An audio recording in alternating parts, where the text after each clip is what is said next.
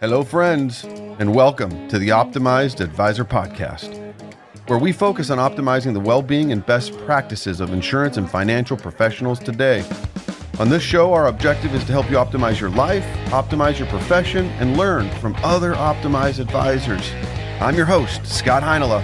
We hope you enjoy the show.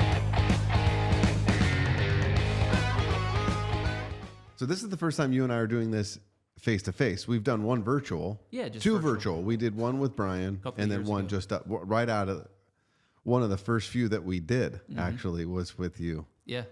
So this idea was actually generated from my meeting with Brian up in Seattle. I remember. Okay, so we talked about this? Yeah. Okay. Of how he was like, you know, you're doing great long form episodes. You might want to do some short form episodes specifically on topic or product, more of the shop talk. Yep.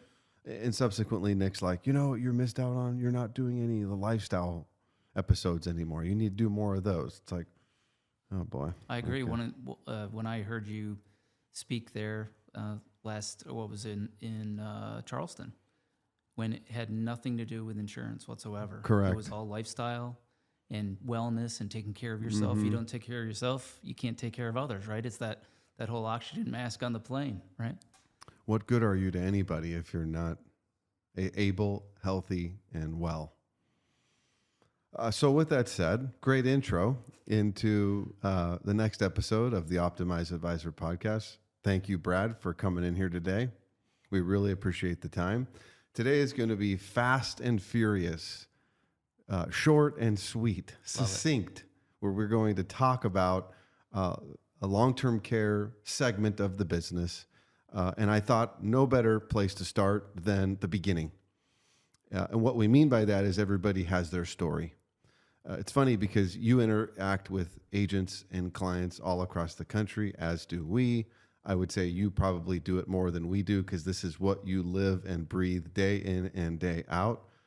God bless you and amen to all of the hard work and effort from all of you at OneAmerica. But before we dive into the topic of the discussion of today, why don't you do the proper introduction tell us a little bit about yourself, what it is that you do, why you're sitting here today.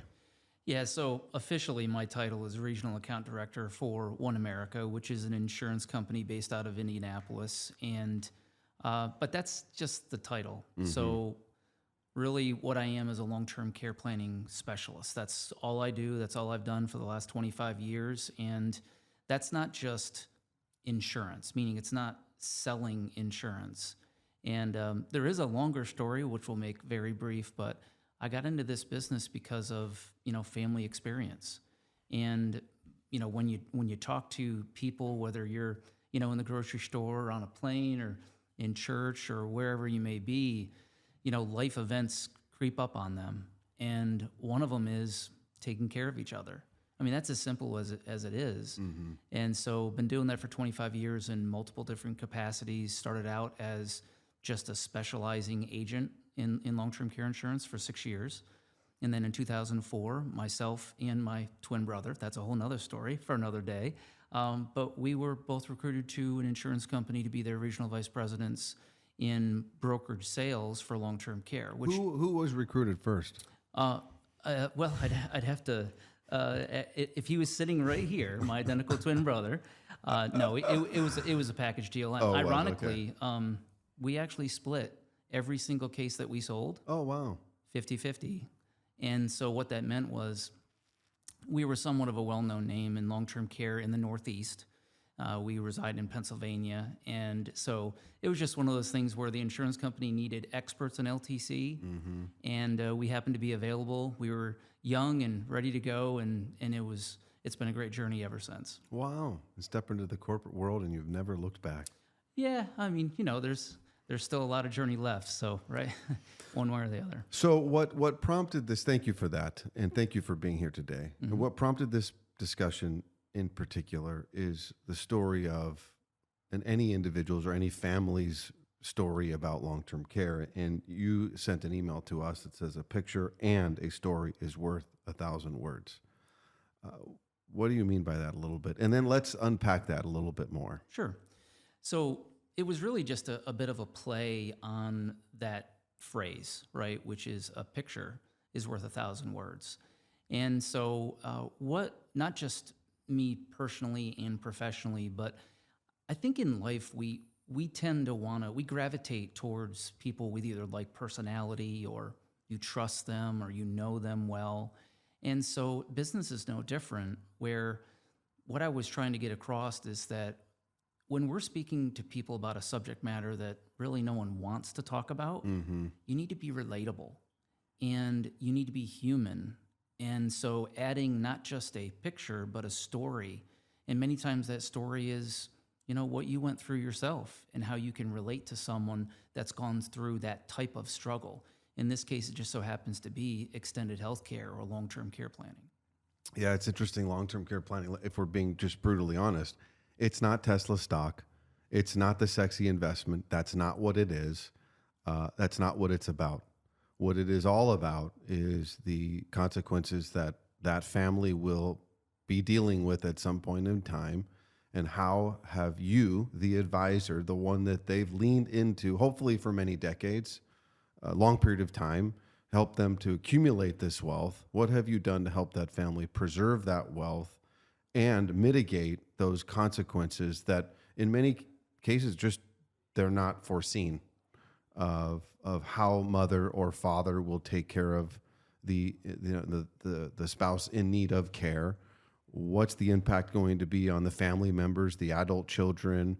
How is that situation going to just completely dismantle their beautiful life up until that point? It's not about the numbers, the X's and the O's, the financials, which all too often we as advisors, that is our business. And that's the focus, right? That's the primary focus, probably until it's not. Yeah. And so, I think one of the things that you've done a very, very good job is helping to impose and showcase when you're presenting to a group what we mean by it's not just about the numbers, and how we take this well beyond that. Yeah, and an easy way to break that down is, and it's funny, we do a lot of national kind of trainings, whether it's in person or virtual, and a lot of times when I'm in front of a group, in fact, we're going to do one later today, but I'll ask a question, right? You want to engage with people, but there's a kind of a simple visual of, there's the logical side of the conversation, and then there's the emotional side. Mm-hmm. And many times, even before we get into, kind of the heart of the matter, I'll ask, how much time do you think when you're with a client and you're talking about this subject matter, do you think you spend on each side, the logical numbers, does it make financial sense? And then the emotional side, which just means what are the consequences to the people that you love most, right? Your family, and, can be the physical and emotional consequences as well. And many times, if the group is being honest, they'll say 80-20. Mm-hmm. But in reality, it's the flip of 80-20. They're spending 80% of their time talking just numbers, dollars and cents with a client. And that's going right over the client's head because it hasn't hit home with them yet.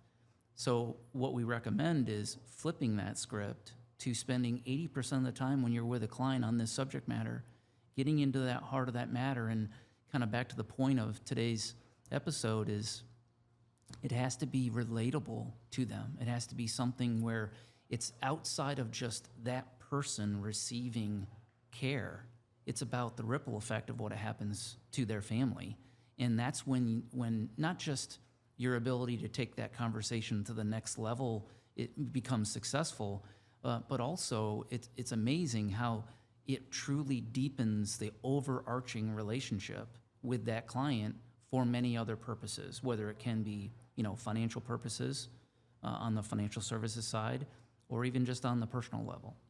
So let's dive into that a little bit more. So, from a financial advisor's perspective, let's say I have been the greatest advisor for that household to this point, but it's been rooted in accumulation, investment, and investment strategy, and all the things that going with accumulation of wealth, and they know me, they obviously trust me, but I've not yet taken the steps to connect with them on this emotional level.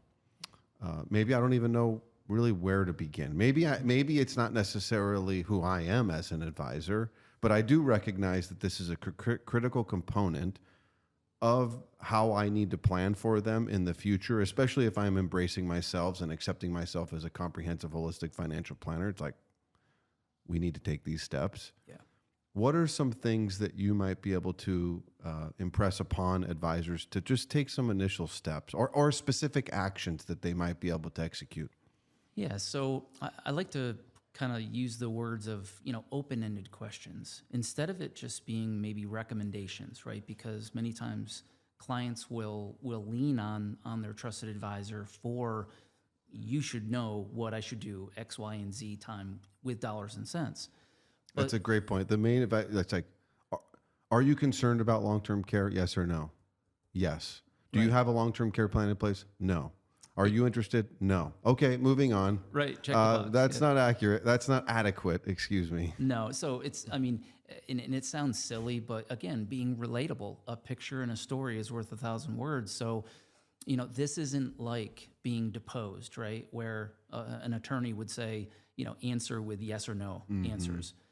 You really want to ask those questions to a client that probably you've never really delved into before, other than maybe superficial, knowing a little bit about them and their family. So a quick, direct question you can tee it up with a client, be like, hey, Mr. and Mrs. Jones, we've done a lot of hard work on the financial side of your portfolio, but let's talk about a subject matter that is uncomfortable for me, and I know it's going to be uncomfortable for you, but it's so important that we discuss it now.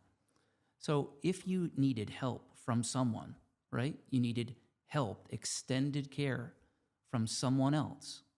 How would then that impact your family? How would it impact the family? And whatever they say next, that's just the door opener, right?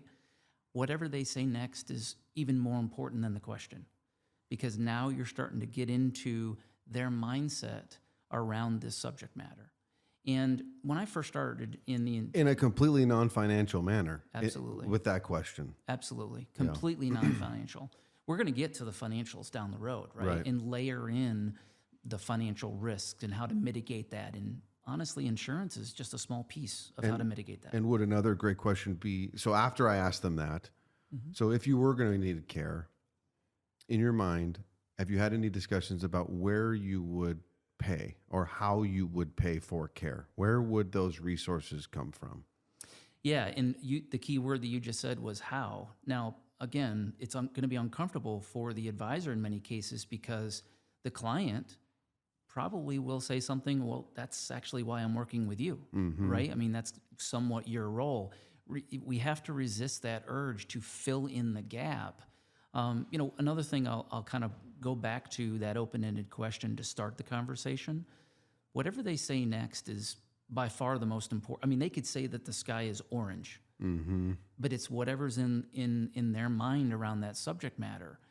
And so when I first started in the insurance business, I was a farm boy from Pennsylvania. Kind of still am a farm boy. Oh, yeah. We have stories about that. But, do you blow up things? Do you explode things from time to time? As a hobby, I like to have a little fun with firecrackers. I don't mean to digress, but I do digress. Okay, moving on. But I had a sales manager, and I want to give him credit because, when you're young and you're trying to just figure out life, right? And you think you know it all, right? I mean, my son is just in his first year of college, so I can relate now to the way I used to be when I first got into the professional world. But I give him credit because he taught me a very valuable lesson. Of course, my mom said this to me 1,000 times, and I never heard her, which is you have 2 ears and 1 mouth. Listen twice as hard as you talk. And he took it to the next level, though. He said, when you ask a question, a very intentional question, how would that impact your family, the subject matter of extended health care? Whatever they say, probe. So back to the beginnings, the basics. Question, probe.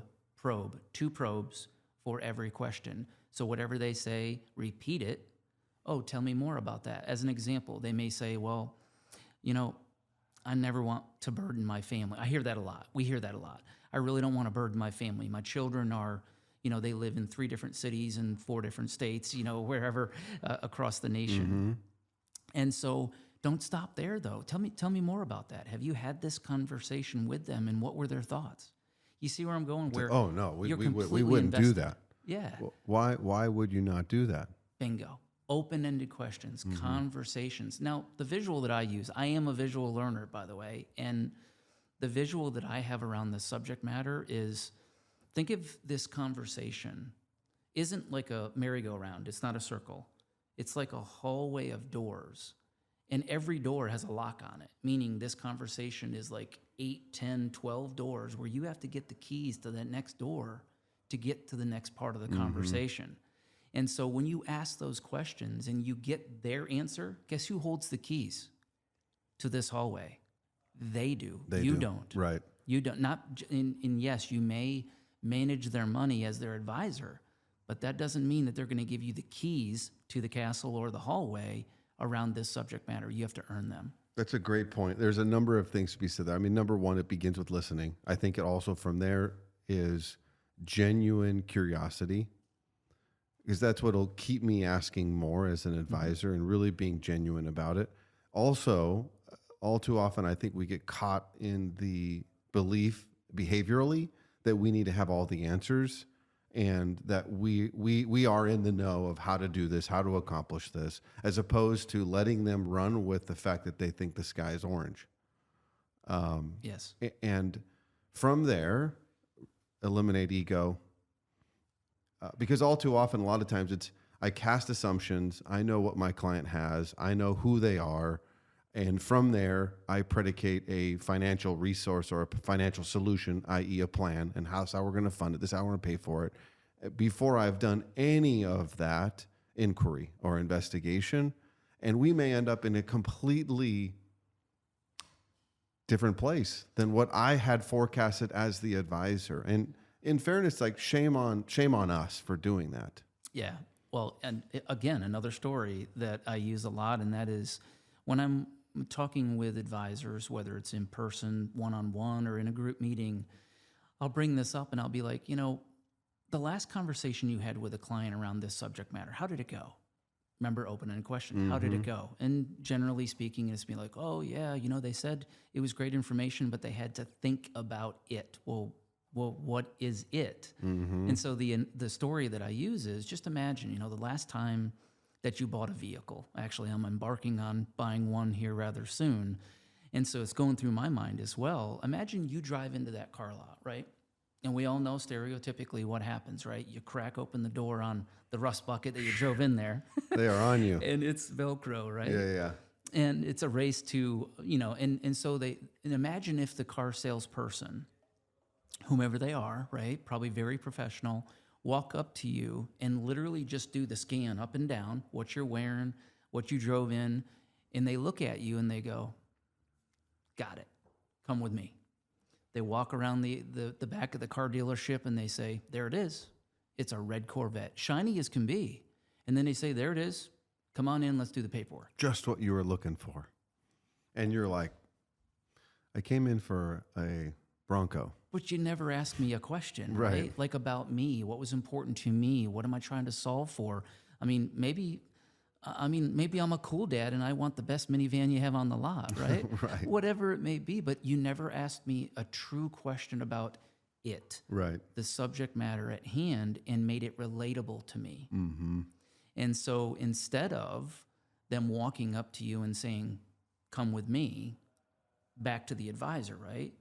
Many times there's this preconceived notion of what is best for a client. I know what's best for a client.